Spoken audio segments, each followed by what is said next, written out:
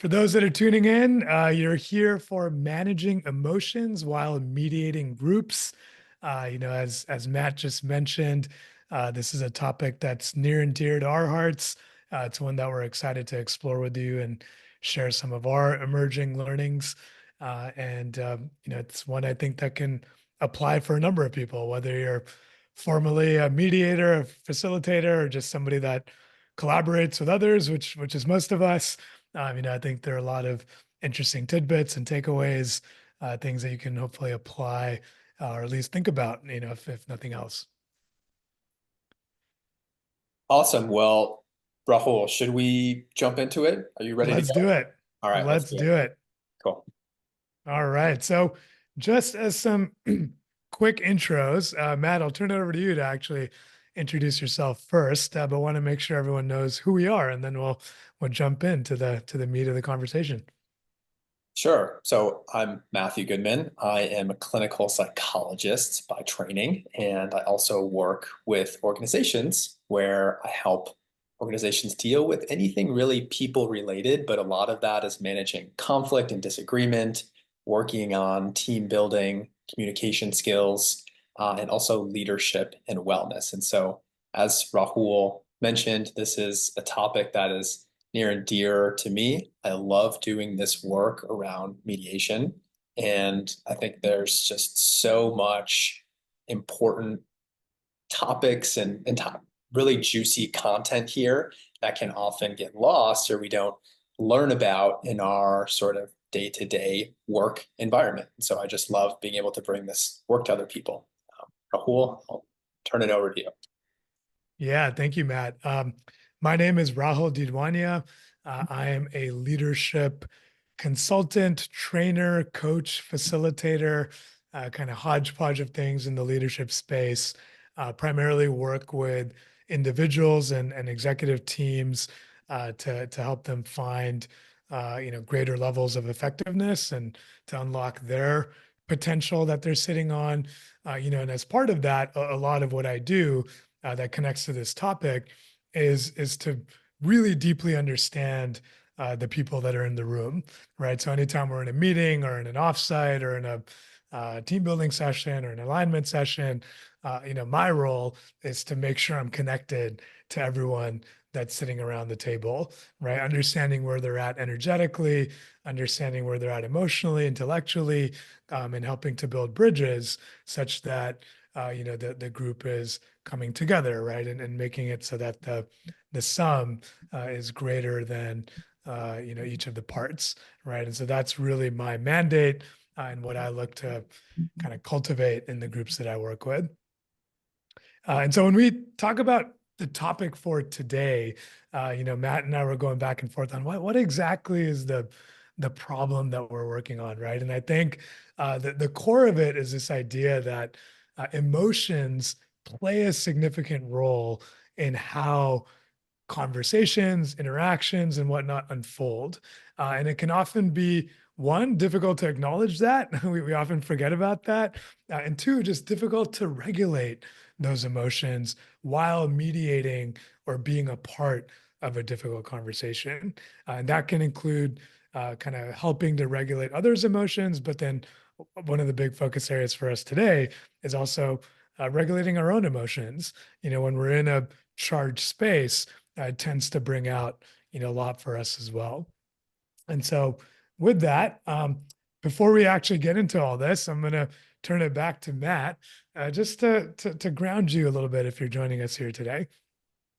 So, as Rahul mentioned, in working with strong emotions, we not only work with those in the group, but also internally. And the better we're able to regulate our own emotions, that gives us the capacity to then tolerate and more effectively help to manage the emotions with others. So later in our presentation, Rahul is going to give us some really practical, straightforward tips and strategies for regulating our own emotions, but we thought that we could just have a little experiential taste of it right now before we start. So I'll just guide us through a really brief mindfulness practice just to get us grounded here and to sort of set the stage for what we'll be talking about and experiencing a little bit later in the talk. So if you're with us, if you're able to, and it feels safe enough to do so, just find a comfortable position. You might be sitting up. If you're maybe at home listening, you can even lie down, whatever feels comfortable for you. And before even closing your eyes, if you want, you can just take a look around the room. Just kind of take in your environment, listen to different sounds. Maybe just taking 1 or 2 deep breaths. And already seeing if you can notice the contrast between how your body's feeling in this moment. Maybe you're starting to notice your shoulders relax a little bit. Also just noticing a sense of presence or slowing down. If you want, you can close the eyes here.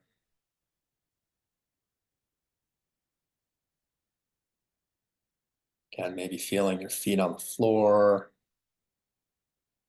body being supported by the chair, whatever surface you're resting on.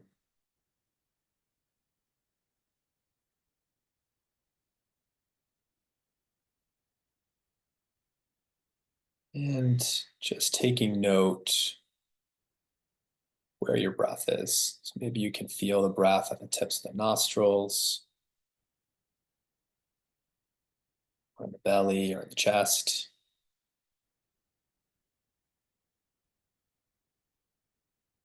Just seeing if you can be with the breath, even just for one round of inhale and exhale.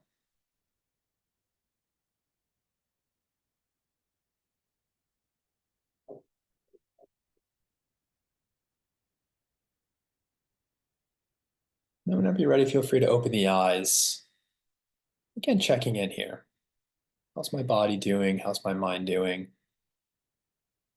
Is there even just the slightest bit more presence here?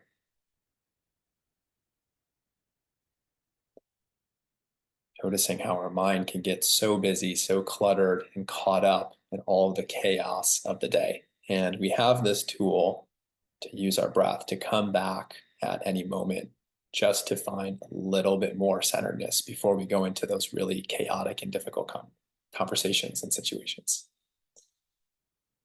All right. Thank you for engaging in that practice with us. Go ahead and start our conversation here. Well, first off, I just want to thank you for that, Matt. I think I noticed right at the outset of that quick exercise just that I was more kind of scattered and agitated, or maybe even a little bit nervous than I thought I was. And of course, meditation and breathing, and this is all around us these days, and yet we so often forget how quickly it can be useful to us. And I'm already feeling so much more dialed in, so much more present with you, and so thank you for that. Well, it's mutual. I think the practice was helpful for hopefully our audience, but also us as well as we're diving into this presentation. So, all right. Great. Okay, so we wanted to just kind of zoom out a little bit before we dive into the specifics of our content, just talk about emotions in general, since that's really the theme of our presentation today. What are emotions? This might sound like a pretty obvious question with an obvious answer to it, but the way that I like to think of emotions is that they provide us with information, provide us with important information that helps us to act in the world, that helps us to make decisions. And so emotions have value there. They tell us what we care about. Typically, the situations where we're feeling the strongest emotions are also the situations where we place a lot of value or care. So they're helping us to show what we care about and also helping us to understand how we feel or how we need to act in that situation. Yet at the same time, when our emotions become too overwhelming, they can also derail us. We can become dysregulated, have difficulty managing let's say if we're experiencing anger or frustration or sadness, whatever it might be. And at the same time, it can be difficult to manage those emotions in other people. So we want to find the correct balance between noticing our emotions, feeling them, and using them to help us take the steps in the direction of what's important to us or figuring out the problem, yet at the same time, being able to manage them in a way that is effective and practical and useful. And this is going to be a theme that we really touch on throughout this conversation today, is finding this right balance, finding the balance between kind of like too hot, not too hot, but not too cold, but somewhere in the middle. That's sort of Goldilocks zone. If we think about this from, sorry, Rahul, we're going to add No, something. I was just gonna say, what you reminded me of, Matt, is this idea that, we're not thinking beings who feel, but rather we're feeling beings who happen to think. And I think this balance you're talking about, between activation and connecting with our emotions, understanding that information, but also being able to disengage, really speaks to that nature of ours, where we have both the thinking and the emotional side. And I think one of the theories that I find myself gravitating towards is that emotions are actually where we start. And so everything, just reinforcing what you were sharing, got me thinking about that idea that we're feeling beings who happen to think.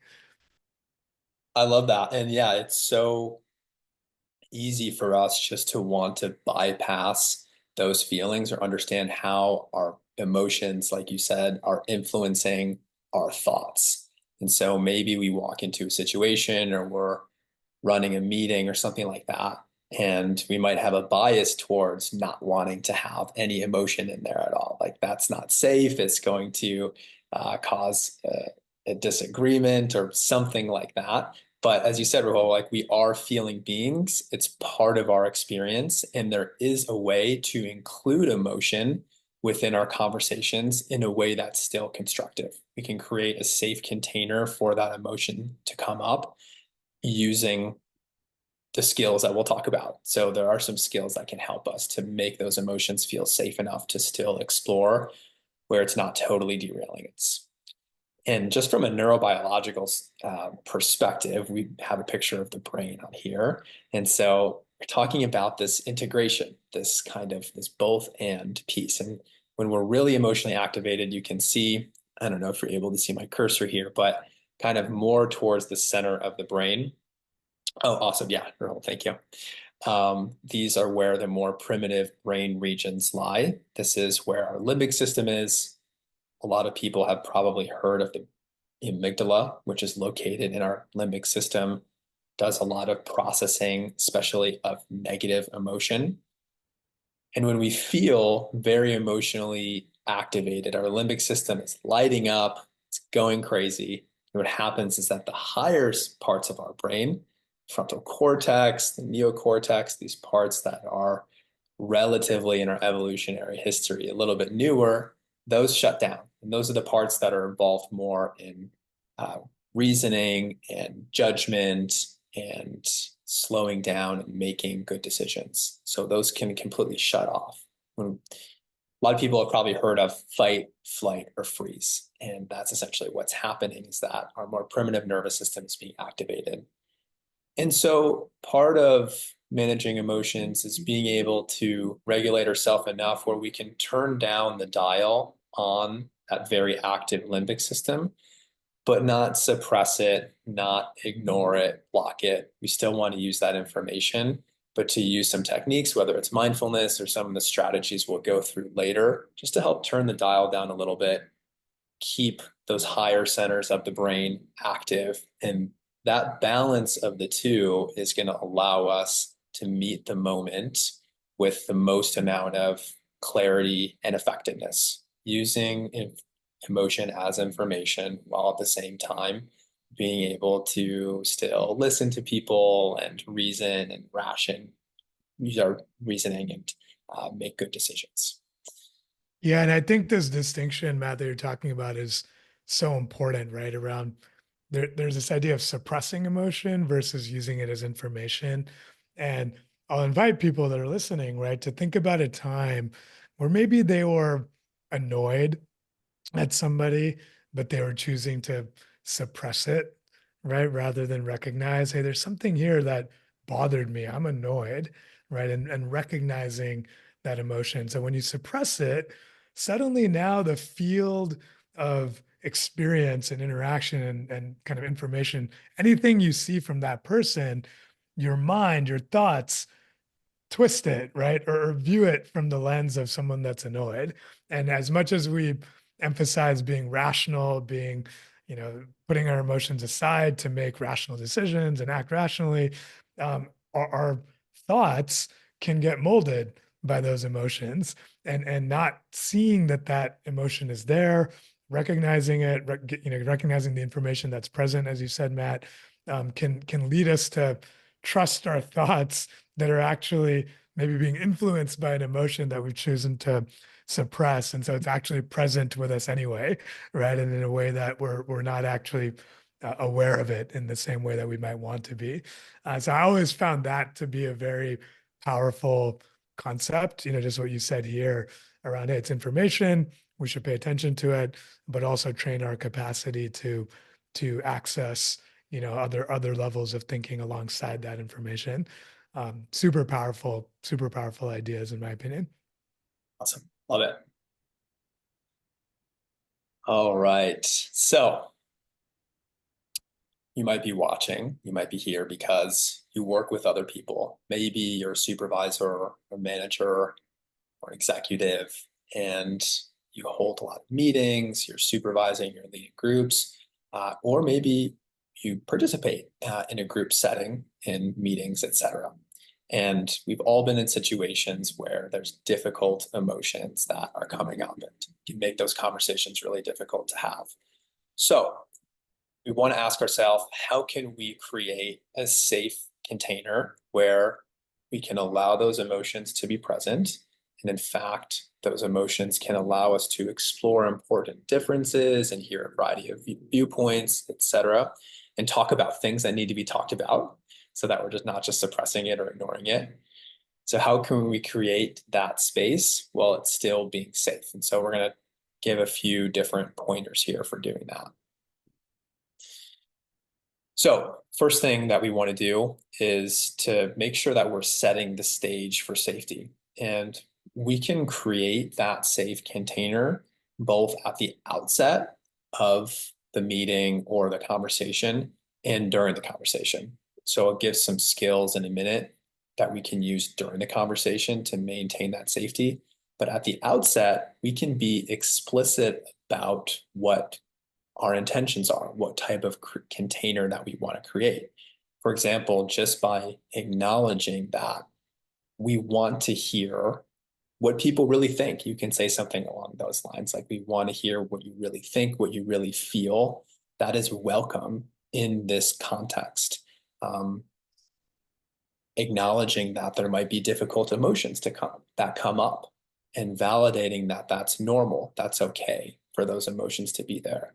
And actually giving people permission to have them and saying, in this space here, we're going to make space for that. We're going to allow those emotions to be here. So, and anything that we can do to kind of create the framing at the outset can be helpful for people to have permission. And then we can use some skills within those conversations that will help to maintain that safety. And these are some really basic kind of mediation skills. So first, we're doing a lot of listening and asking questions. So if someone is talking about something difficult, there's a strong emotion behind it, there's a difficult topic, we really want to model to the group being curious about that, asking questions. Why, tell me more about that, or what led you, to come to that conclusion, or why are you feeling that way? So we're leaning in with curiosity. This is helping people to feel seen, to feel heard, and that it's safe to show up as they're showing up right now. So asking questions, modeling deep listening. And then the skill of being able to reflect back what it is that we're hearing. And this is one that is often missed, but a very important step in maintaining that container of safety. So if I'm maybe talking to Rahul or a meeting or something like that, Rahul is expressing his opinion, we clearly can see that there's a lot of emotion there. There's a lot of passion behind what he's saying.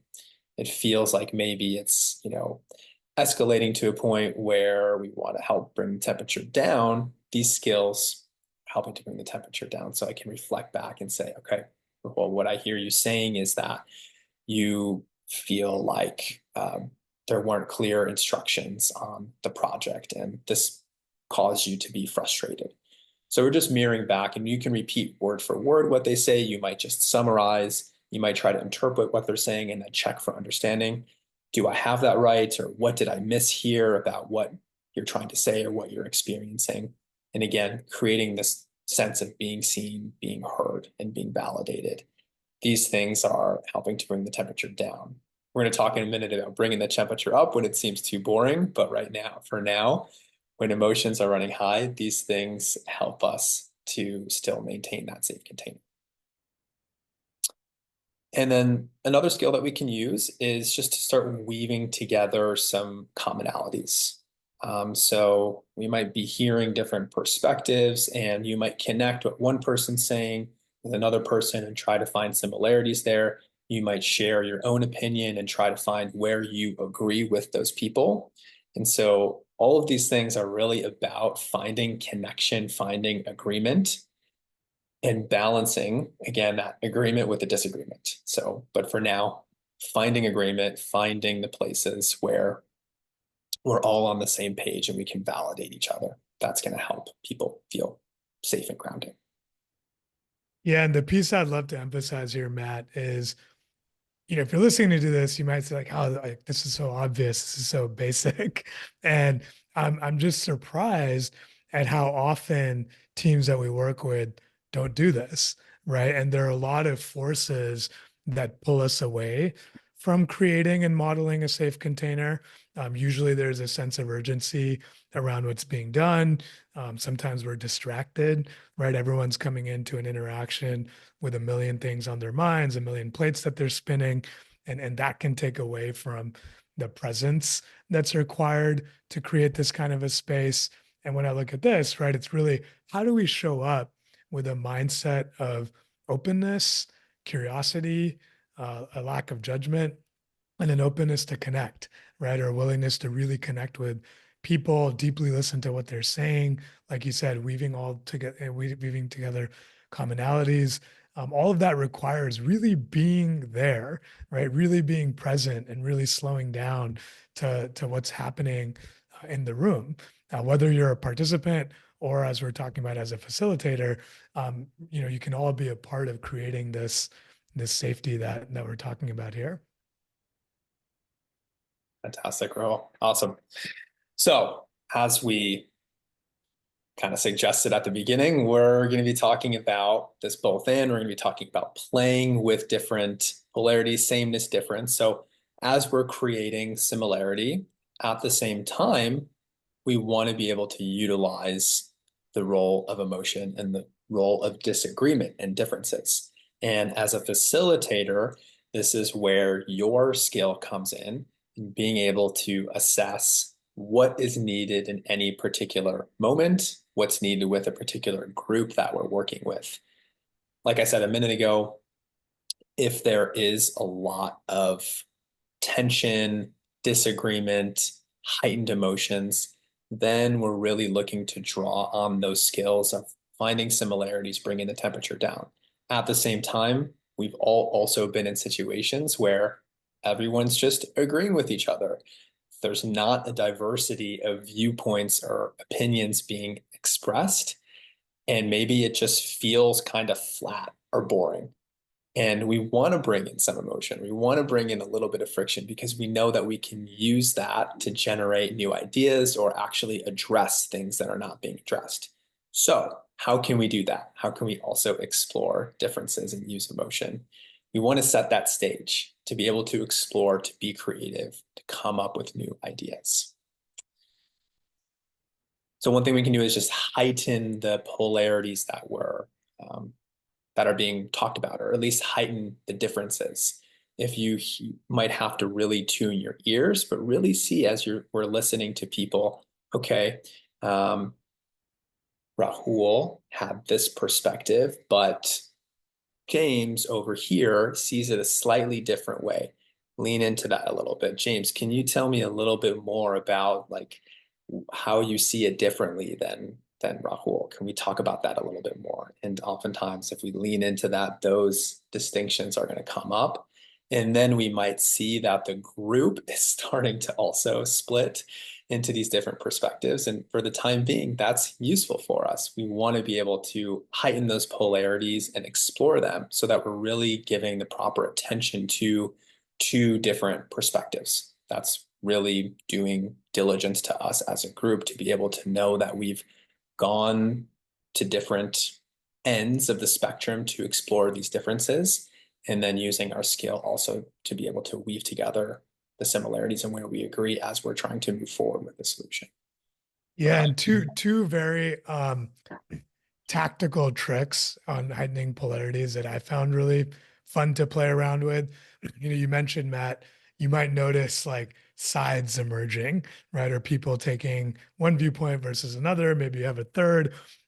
One tactic that I like using as a facilitator that I think is underutilized is actually to get people up and have them move to one side of the room, right? So if there's a viewpoint emerging here, a viewpoint emerging there, put everyone that's on that viewpoint over there, put everyone that's on that viewpoint over there. And so now you've spatially created that polarity in addition to the conceptual polarity that's already existing in the discourse. And then the other technique that you can couple with this is actually as part of the facilitation. If you want this side to speak up or to respond to something, I sometimes as a facilitator will move over to the opposite side and be with the other group and be like, so this is what we're saying over here. What do you think? And now it creates a little bit of that, again, that spatial polarity and almost a kind of a manufactured conflict, right? And conflict might be a strong word, but at least, creative tension, where now, okay, I'm talking to somebody, I'm talking to a position that I can see and feel across from where I'm sitting right now. And it's incredible how quickly it leads to this positionality developing in a way that's very helpful, right? It's very helpful to bring out more of the discussion. I'm curious, Matt, if you have any point of view on those tactics there. I love that. And, I've actually never used that physical element of like getting up and dividing, but I love that so much just to help to sharpen the distinction. And also from a feeling standpoint, to really feel like when you're standing across from someone, like you can really feel the opposition there. And so I love being able to heighten that through the physical embodied element of it. That's really, really awesome. Yeah, yeah. And there's this idea, right, of like see, feel, change. If you can get someone to see where they're trying to go and feel something around it, they're more likely to be able to change versus think, analyze, something else. I'm forgetting what the third word is there. And I think that positionality, it's one of those examples of you as a facilitator or someone running a meeting, taking more charge, right? And be like, hey, and that might feel uncomfortable to you if you've never done it before, but it's like, hey, I'm going to ask you to come over here. I'm going to ask you to come over here. And people might be like, oh, what's this about? But they're going to trust you. They're going to buy in and feel the gentle hand of your authority around the meeting where you're still facilitating, still letting them kind of guide the conversation. But it's exactly what you said, Matt, people actually then feel into, the position that they're taking. Nice. Right. We can, of course, challenge people in doing this tactfully and skillfully on their viewpoints, especially if we ourselves disagree. We can present an alternative viewpoint or even just ask people additional follow-up questions on why they think what they do. And we can also play devil's advocate too. I've been in groups where, as a facilitator and not the facilitator, people will just play different roles. Even if we don't necessarily think that, we can offer different perspectives that maybe some people haven't thought of yet, or just feeling too shy to share. Let's see here. Yeah, so I think we've hit on those points there. Unless Rahul, you have anything else to add for this piece? No, I guess no, I'll add it later actually, but I think or I'll just mention it now. The main thing that comes to mind for me here is this. I think this is the bigger blind spot for people that run meetings, whether you're, the leader running the meeting, whether you're the mediator, the facilitator, which is actually just the simple point, right? That there's actually power in this exploring conflict and allowing some of it to come through, like you said, Matt, to kind of break through any staleness that might exist in an interaction. We just wanted to add this image here, which comes from Diane Hamilton and her team. This can be useful just to help visualize the sameness and difference. But for example, if we look in the top left, when sameness, when there's a good balance there, we feel safe, there's coherence, it's stabilizing. That's when there's a good balance of sameness and difference. But for example, in the bottom left quadrant, when there's just too much sameness, stagnating, it's boring, there can be indirect conflict or passive aggressiveness. If we look on the other side, maybe on the bottom right, when there's too much difference, it feels threatening, it feels overwhelming. We're either going to shut down or withdraw or maybe go into fight mode. But when we have that nice balance between the sameness and between the difference, feels safe, we're also exploring emotions and difference, it can feel exciting, be creative, enlivening.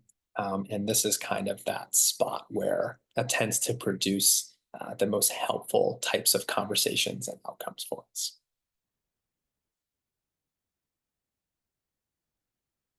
All right, so just a few extra pointers on managing really strong emotions in groups.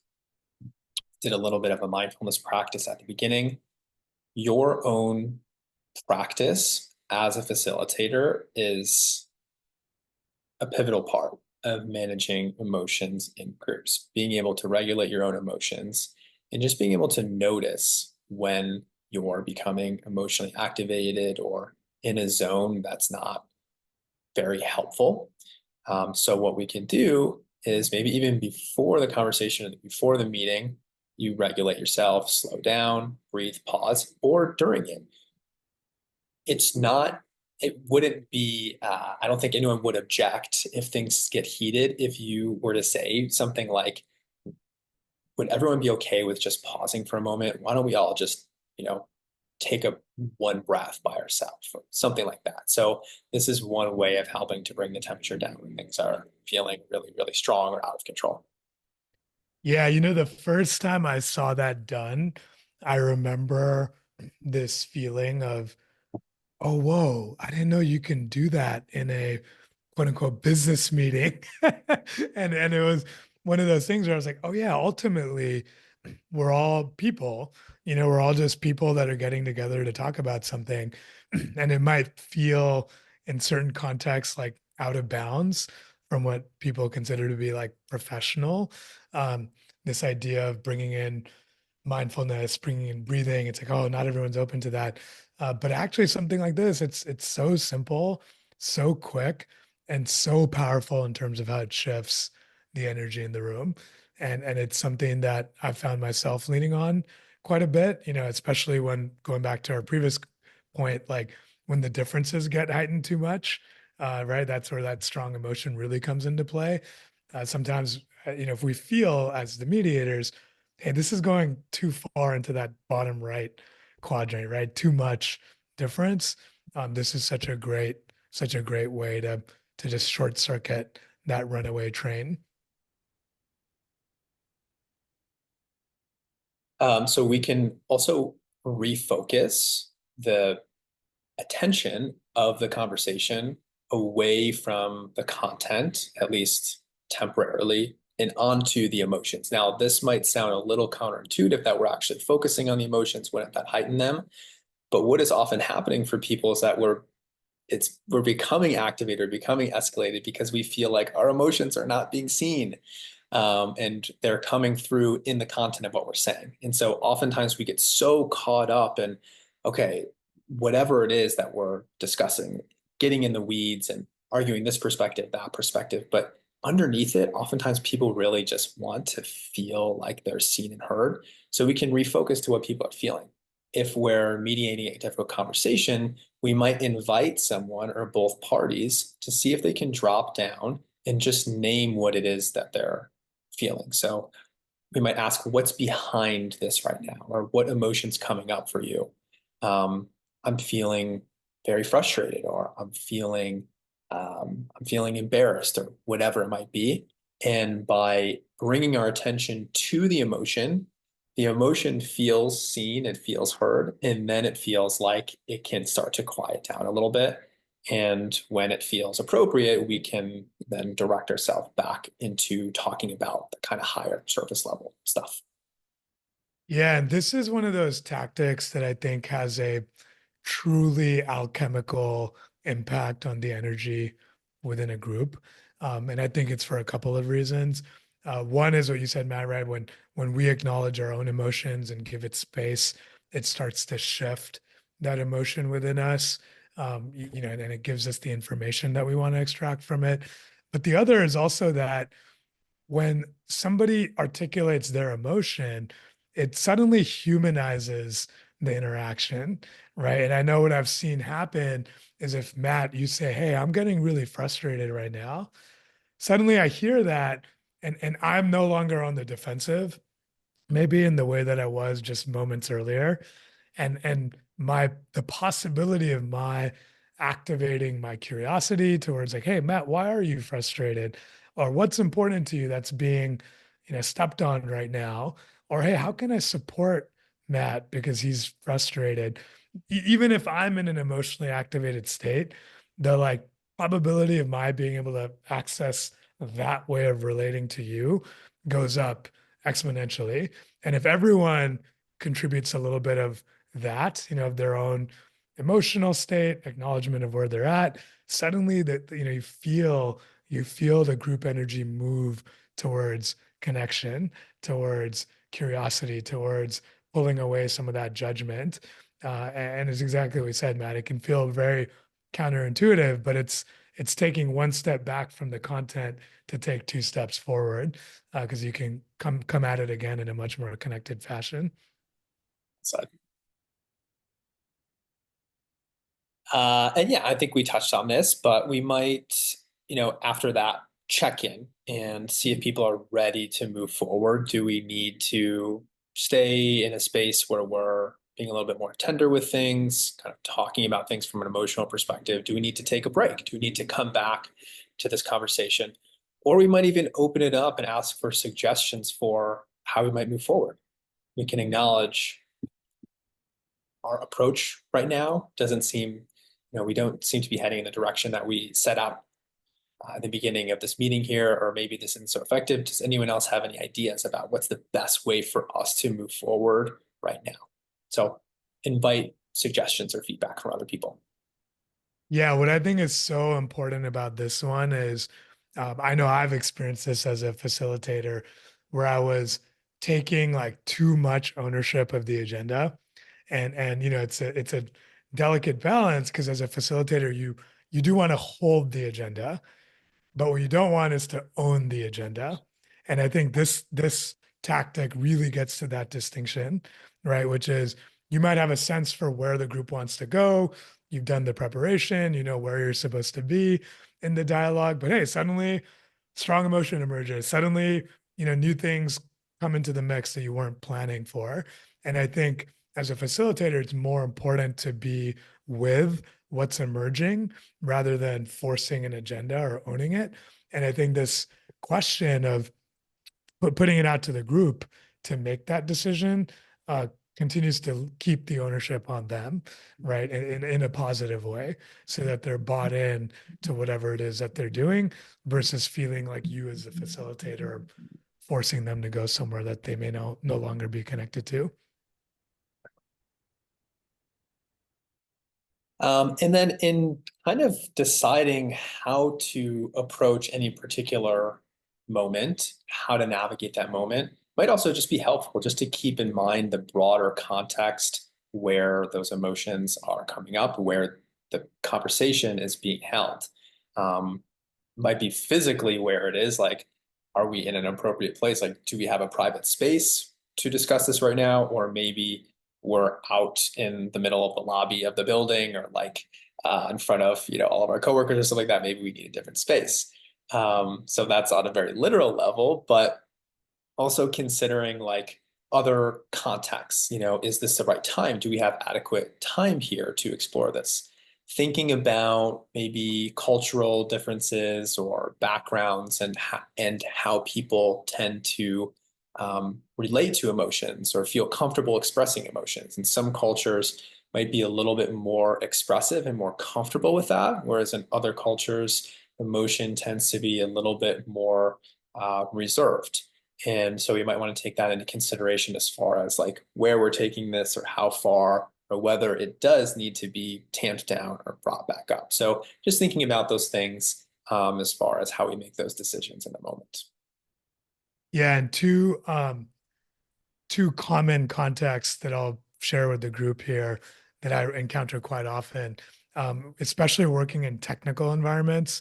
One is the like, this is very much generalizing, but the technical archetype tends to like to live in the content space and not in the emotional space. And so there can be some resistance, towards going into emotion, or even philosophically agreeing that it's helpful or valuable to go into emotion. And so that's one that I've encountered and had to learn how to approach with a more deft touch. And then the other one is the male female one. Again, looking at a technical environment where in many of the clients I'm in, it's much more heavily skewed towards men, and kind of the idea of being emotional and the baggage that that can come with if you get associated with being emotional, as a woman, as a female, can be something that they don't want to have following them around. And so it's just kind of being aware of those things, like you said, Matt, and incorporating it into the way that you facilitate a particular group. Very, very important. Thank you. Those are actually two really, really helpful examples. I think at this point, I'm going to turn it over to Rahul to go from the outside to taking us inward, which I'm excited to go on that journey with you. Yeah, yeah, great.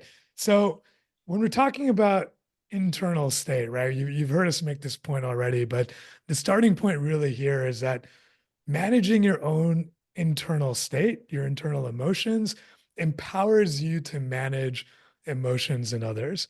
And this to me was a very simple but groundbreaking idea, because I started to notice that the emotions that I'm uncomfortable with are the emotions that I got uncomfortable managing in a group, right? And so I might guide the group away from a set of emotions that I don't feel good around, much earlier than the group is actually the group should be moving away from it, right? And so the number one example is one we talked about earlier. I am someone who likes to kind of work through conflict right away, to get push conflict aside, or to navigate it, to kind of quell it, and arrive at sameness, togetherness, that feeling of commonality. And sometimes that can really hurt the creative process of a group much too early, right? And so when it comes to managing your internal emotional state, to regulating your emotional state, there's just two very simple steps that we'll go into. The first is about learning your own internal emotional state, understanding what your emotional tendencies are, what is that landscape within you. And then the second is actually just growing your capacity to be with an increasingly wider range of emotions, right? So it's understanding where you're naturally comfortable, where you're not, becoming more comfortable in the places where you might not be comfortable. And this isn't about suddenly changing your DNA or kind of your deeply rooted makeup. It's really just about building on your core and expanding your range such that you're a more versatile facilitator or mediator. Matt, anything you'd want to add here before we dive into those two? I don't think so. I mean, just to acknowledge that it's challenging work. And I think what Rahul and I are talking about here, as far as growing our capacity to be with difficult emotions, I know is something that I work on every single day. And it's a process. And so it's just little step by step. But as we start to do that, just not just at work, but in our everyday life, it enables us to start to lean into it a little bit more, and hopefully slowly over time, we can grow that bandwidth a little bit. Great reminder. And it's one that I think I even needed right now because there can sometimes be, I know I experience this like impatience to be like, oh, I suddenly want to be comfortable with everything. And that's just not how it goes. And so step one is really around identifying the emotions you're uncomfortable with, but also that you're comfortable with, right? It's again, it's that landscape that we were talking about. And very simply put to me, awareness is the name of the game here, right? And it's about slowing down.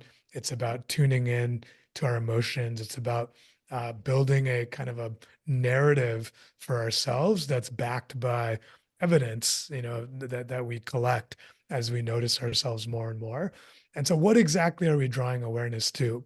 And so, one is physical sensations, right? So when Matt led us through that mindfulness exercise at the outset, I noticed tension in my shoulders. I noticed my brows were a little bit furrowed in this serious expression, right? And I noticed a little bit of fidgetiness. So these are just some markers that I've become familiar with for myself. Sometimes I might feel sweat in my armpits. I might feel, my feet are kind of shaking, right? So each one, everyone's going to have their own physical markers for what their emotions are. There are certainly some common ones like tense shoulders that are kind of signify stress, but really becoming tuned into your own physical sensations. The next is around journaling and self-reflection. So this is really about capturing what's happening for you, whether it's physical sensations, whether it's after something has happened where you noticed your emotions go off kilter, right? And so just on that one, right, these might be some prompts you look at. So when you feel off, and you kind of know what that feels like to be off. It's like, well, what is that offness? What am I feeling right now? What caused that? What am I avoiding, or maybe what am I leaning into?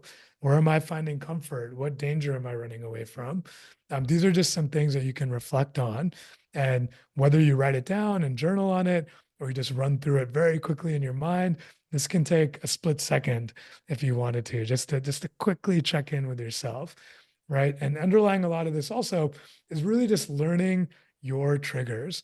And one inroad into your triggers that I always found interesting is, what do you judge in others? So if you find yourself judging somebody else, which we all like to do, right? That can be an inroad into, okay, I'm getting triggered by this thing, right? And that is something that I'm getting triggered in them, but it's also something that I get triggered by internally for myself. And so the more you can build that landscape out over time, the more you'll have kind of a foundation to go off of. And then, of course, seeking feedback, right? So just ask people, what do you experience when you hang out with me? Where do you see me gravitating? Where do you see me get uncomfortable? And often that can give you quite a bit to work with right there. Matt, anything you'd want to add? I mean, I'm so happy that you added that piece around noticing where your judgment comes in other people. And I feel like, we could do like a whole like multi-day workshop on that. But it's so true. At least that's what I've been finding for me, is that the places where I judge other people, it's just the things that I judge about myself or I'm insecure about in myself. And that is such a great, it's basically like a shortcut. And sometimes when I notice myself like getting activated or getting judgmental in other people, I've gotten in the habit of just being like, okay, like where is that in me? Or the thing that even if I don't feel it, I know intellectually, okay, the thing that I'm judging them about, it's something that it's really coming from me. It's something I'm uncomfortable with in me. And that allows me to just let go of it and soften around it a little bit, knowing that it's not about that person that's activating me. Yeah, yeah, very, very useful shortcut to building our self-awareness. And so once you have this emotional landscape, right, you know where you like to be, what makes you uncomfortable, what triggers you. Um, how do we grow our capacity to self-regulate? And like Matt said earlier, this is something that takes time, right? It's really about practice. It's not just about knowledge, it's about continuously practicing with our own emotional capacity. And so one idea I love this idea of a response plan. So it's like, hey, if I'm about to go into an interaction with Matt, and I know that certain parts of my interactions with Matt tend to trigger me, Matt says something in a certain way, and that sets me off, right? If I can think about that in advance and have some sort of a response plan that, okay, when that happens, this is what I'm going to feel. And okay, when I feel that, this is how I'm going to approach it. So doing some of that premeditation can go a long way towards helping you in the moment that that emotion arises. And so for me, when it comes to mediating a group and there's conflict, I've now trained myself to recognize or to anticipate even that, okay, when the conflict gets elevated, I'm probably going to get uncomfortable. Some of those physical sensations are going to come online that tell me I'm uncomfortable. My desire to move away from that conflict is going to come up. And so what I need to do in that moment is just to slow down, to recognize that that's happening, and then to allow and instead to then redirect my attention not to myself, but to the group, and to see, hey, is that conflict okay? Is it in service to the group or is it not? And that's part of my response plan for that particular trigger. Mindfulness, we've talked a lot about this idea, right? Pausing, slowing down, stepping back so you can see things from an impartial place, identifying emotions in the body. We talked about that, the physical markers, but this is more about in the moment. So, like I mentioned, when there's conflict, if I notice myself getting uneasy, just notice that. And it's okay. It's okay. That's the response that's encoded in my body. Grounding techniques, there are all sorts of different things that refer to this idea of grounding yourself, finding stability within yourself. Deep breathing is, I think, the easiest one, which is why I mention it. But sometimes people will count down in their minds. They might have some sort of a physical move. They might take a few steps around the room. There are all sorts of different things you can do just to bring yourself back into your present experience and out of your anxiety. And then there's this idea of cognitive reframing, which is take the situation and reframe it. Oh, hey, this conflict is actually an opportunity for me to become more comfortable with conflict. And that reframing, it might feel like mental gymnastics, but it really allows you to relate to the situation in a different way. And just remember that ultimately, you're responsible for your own emotion and not others. Now you are mediating, you are creating the container, you're helping people navigate their emotions, but this is really about regulating yourself so that you are best able to then support the group. So Matt, I know we're approaching end here, but I'd love to get any thoughts you might have on this before we move towards rounding out for today. Yeah, I think we can head into Q&A. I guess I would just highlight that last point that it's hard to remember sometimes, and we've been talking about managing other people's emotions, but at the end of the day, we literally can't have anyone else's experience for them. And so to take that burden off of our shoulders and know that we manage ourselves, we can do our best to help create a sense of safety and regulating emotions in others, but we're not responsible for how other people feel. It's ultimately on each one of us to regulate our own emotional states. So Yeah, um, yeah. great. So hopefully, for those that have tuned in today, you found something helpful, something interesting, something that you want to ruminate on or put into practice. And so if you do have any questions, we encourage you to reach out to us. This is where you can reach Matt or myself. I'll also drop this into the chat for easy access for you. But this is just, we encourage you to reach out to us if you want to continue the conversation. It's something that, again, we really enjoy nerding out about this stuff. We feel that it's really helpful. and powerful as you grow as a meeting facilitator, mediator, owner, whatever it might be. And we're there to support. And so, Matt, we'll turn it over to you to close us out here. But thank you from my end for doing this with me, and to those that have listened in for tuning in. Yeah, we really just want to thank you for being here. And I think let's open it up for questions, if there are any questions.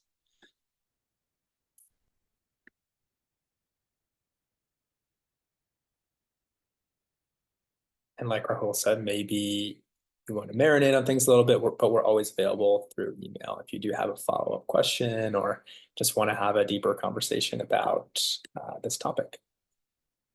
Anything coming up? And feel free to use the chat too.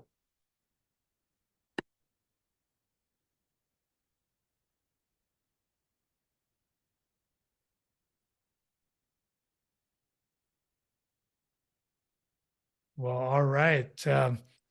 We'll look out for those questions over email if you feel so inclined.